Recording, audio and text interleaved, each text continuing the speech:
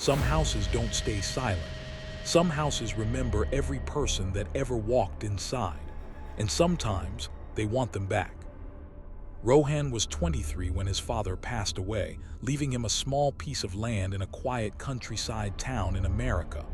On that land stood an old wooden house, the kind that looked like it had been forgotten by time. The house had peeling paint, broken windows, and a roof that sagged like tired shoulders. Most people in town avoided it. They said the house wasn't empty. They said it listened. They said it whispered. But Rohan didn't believe in ghost stories. He was raised in the city, used to sirens, traffic, neon lights, and constant noise. This quiet little town felt slow, old, harmless. And the house?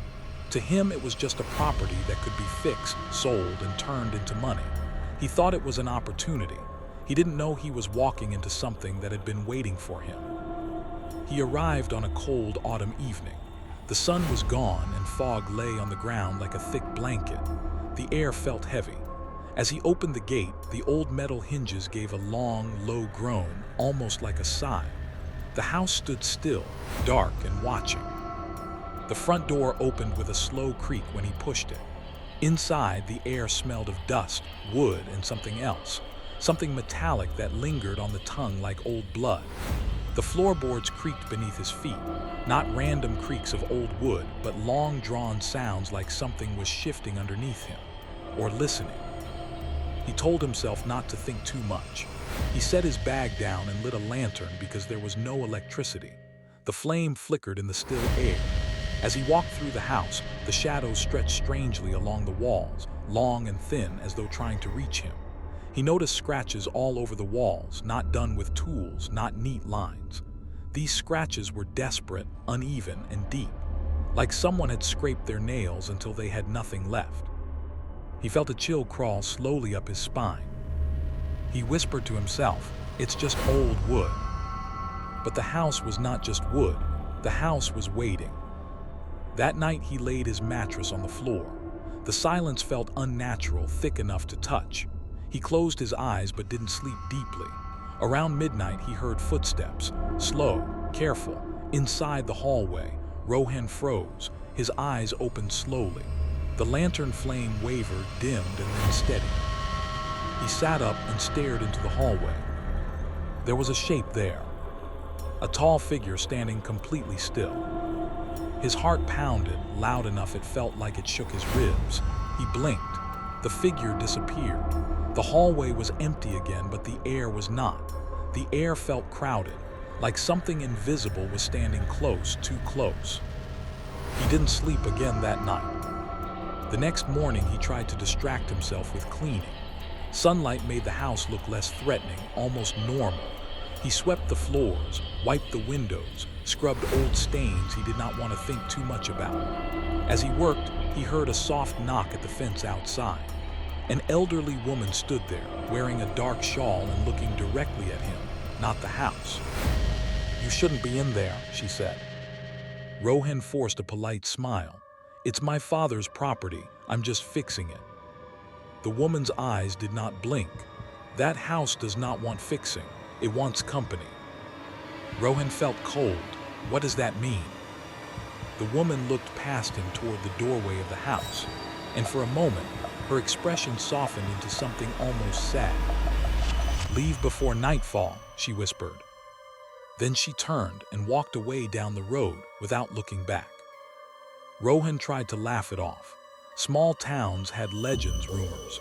He was sure it was just a story people told kids.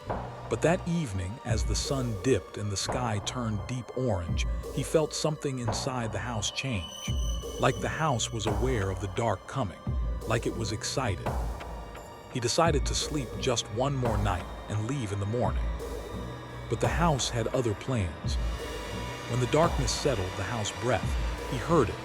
The walls seemed to expand and contract, slow, deep, silent. He lay on the mattress, eyes open, staring at the ceiling. Then came the whisper, soft right next to his ear. "Rohan." He froze, his blood turned to ice. Another whisper, "Don't go." He sat up so fast the lantern beside him rattled. His breath came quick, sharp. He looked around the room, but no one was there. Then the whispers spread, not from one place, but from everywhere, from the walls, the ceiling, the floor. "Stay, we are here. You belong here." He covered his ears, but the whispers were inside his bones, vibrating through him. The lantern flickered wildly and went out. Darkness swallowed the room whole. And in that darkness, something touched his hand. Cold, thin fingers, a hand that was not alive. Rohan screamed and ran outside, falling to the cold ground, gasping for breath. His arm burned. When he looked down, there were black fingerprints on his skin, like bruises forming instantly. He stayed outside until morning. He considered leaving right then, but his bag was inside, and something inside him whispered that if he left without it, the house would not let him go easily. When he stepped back inside, the air felt heavier than before. The silence was not silence anymore. It was waiting.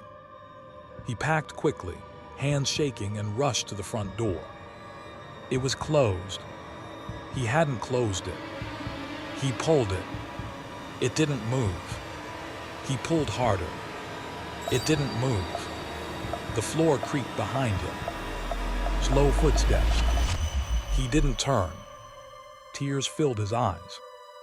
He felt breath on the back of his neck, cold and slow.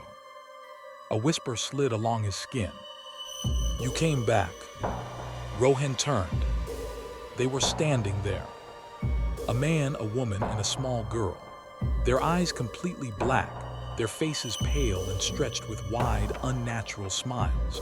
The man stepped forward, his voice like broken glass scraping across stone. "We stayed, now you will too." The little girl's head tilted in a slow, unnatural bend.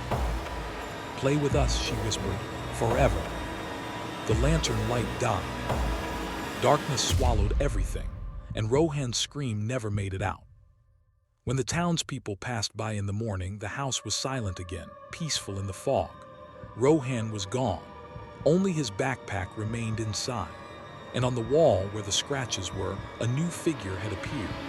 A fresh outline of a man, carved deep into the wood, with no eyes drawn on the face. The house had remembered him. And now, it is waiting for the next person who thinks ghosts aren't real. Maybe someone like you. Maybe someone listening right now. Because once the house notices you, it never forgets. If you enjoyed this story, make sure to subscribe, like the video, and share it with others. More chilling stories are waiting. And remember, some houses may be closer than you think.